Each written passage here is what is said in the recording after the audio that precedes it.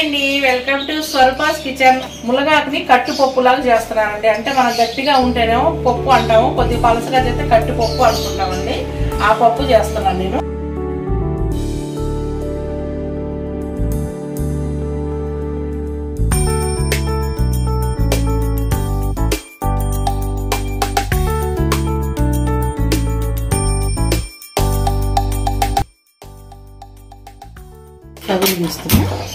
ఒక్క టమాటా వేసాను, 3 పచ్చిమిర్చి వేస్తున్నాను ఇందులోనే.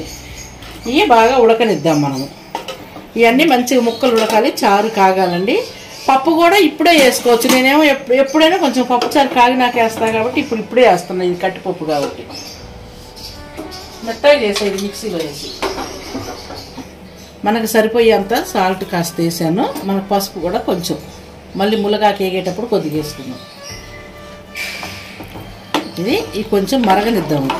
కొద్దిసేపు మరిగినాక కొంచెం కారం కూడా వేసుకుందాం. ఈ ముక్క ఉడికినాక కారం వేద్దాం, ముందే వేయొద్దు. కరివేపాకు కూడా చారులోనే వేద్దాం, తెద్దుకుంటే బాగుంటుంది. ఈ పప్పులోనే వేసేసాం ఒక రెమ్మ కరివేపాకు.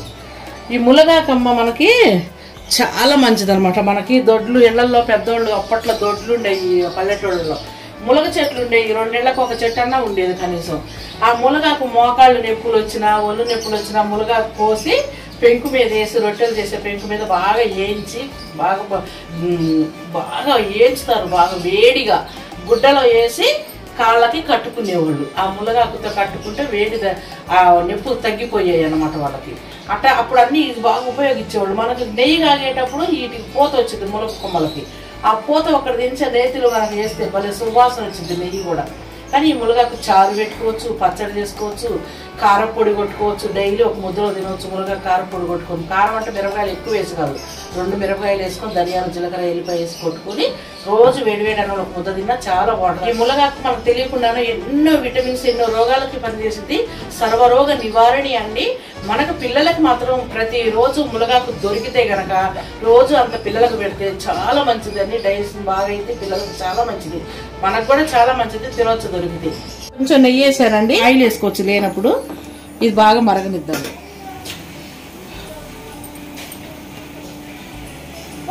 పప్పుని తాలింపు వేస్తున్నానమ్మా నేను.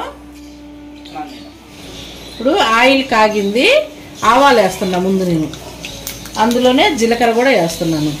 ఉల్లిపాయలు కొంచెం ఎక్కువ వేసుకుంటే బాగుంటాయి, మన ఒంటికి మంచిదే, మంచి సువాసన వస్తాయి. ఈ ఎల్లిపాయల్ని కొంచెం వేగనిద్దాము. ఈలోపు ఎండుమిర్చి కూడా వేసుకున్నాం. ఇందులో కరివేపాకు రెమ్మ కూడా వేసుకున్నాము. ఇప్పుడు ఎల్లిపాయలు బాగా వేగాలి, ఈ మిరపకాయలు కూడా వేగాలి. ఇప్పుడు మనం మునగాకు కూడా వేసి వేసుకుందాం ఇందులోనే. ఈ మునగాకు ఈ తిరగమాతలో వేసుకుంటే చక్కగా వేగింది.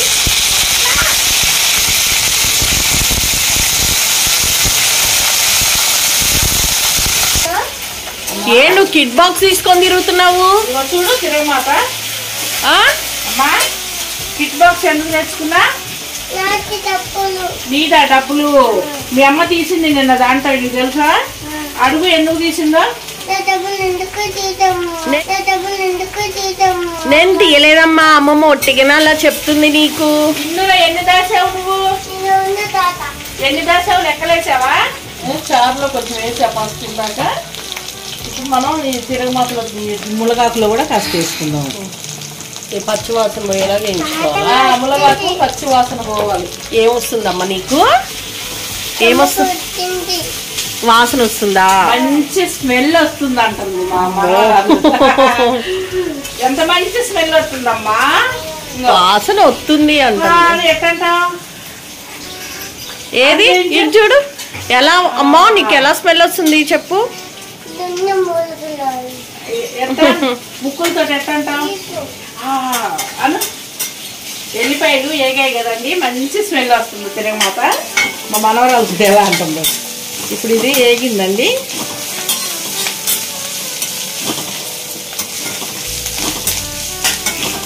ఇప్పుడు ఇది పప్పు చారులో వేసేసుకుందాం. బాగా ఉడికిద్ది. మనకి ఈ ఆకు చారులో కూడా బాగా ఉడకాలి. చారు భలే తెల్లుతున్నాయి అమ్మ. చారు వేయించుకున్నా కదా తిరగమాత పెట్టి ఆకు, ఇందులో వేసేసాను నేను తిరగమాతలో. మునగా కాయ ఇలా ఇవ్వాలి, మునగా ఆకులు వేసాను ఇవాళ.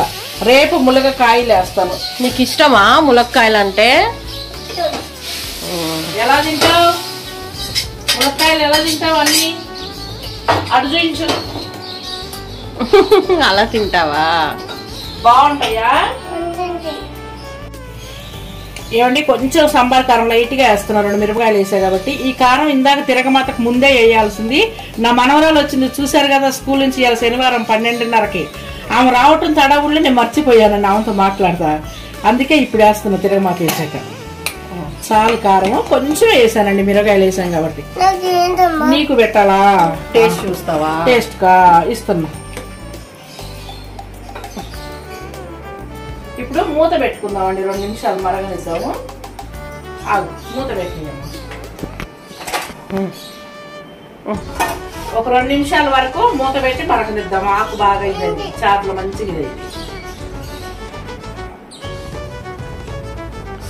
చారు టేస్ట్ చూస్తుంది మేడం గారు. నాకు నాలుగుతో నాకాలి. నాను గో అట నాకు చెప్పు, బాగుందేమో చెప్పు. ఎట్లుందమ్మా? అమ్మా 2 నిమిషాలు అయిపోయింది, తీస్తున్నా చూడు. మనం ఇది ఆకుకూర పప్పులాగానే వచ్చింది, కట్టుపప్పులాగా అయిపోయింది, దగ్గరికి అయింది. మరి ఇప్పుడు మనం బౌల్లోకి పోసుకుందాం.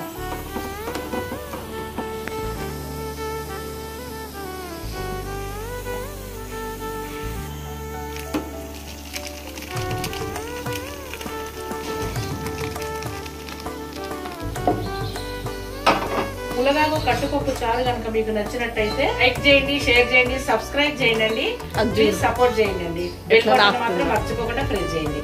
చూడండి ఆ మనవరాలు ఎట్లా ఆగుతున్నారండి, అసలు పొయ్యిలు కూడా పోయిన ఇట్లా గిన్నెలు ఆగమాగమండి. షేర్ చేయండి, సబ్స్క్రైబ్ చేయండి. సబ్స్క్రైబ్ చేయండి. అమ్మమ్మకి అందరూ ఏం చేయాలి? సబ్స్క్రైబ్ చేయండి అను, సపోర్ట్ చేయండి అమ్మమ్మకి అని చెప్పు. మా అమ్మమ్మకి సపోర్ట్ చేయండి. ఓకే తల్లి, మర్చిపోకుండా సపోర్ట్ చేయండి. మీరు షేర్ చేయండి, లైక్ చేయండి ప్లీజ్.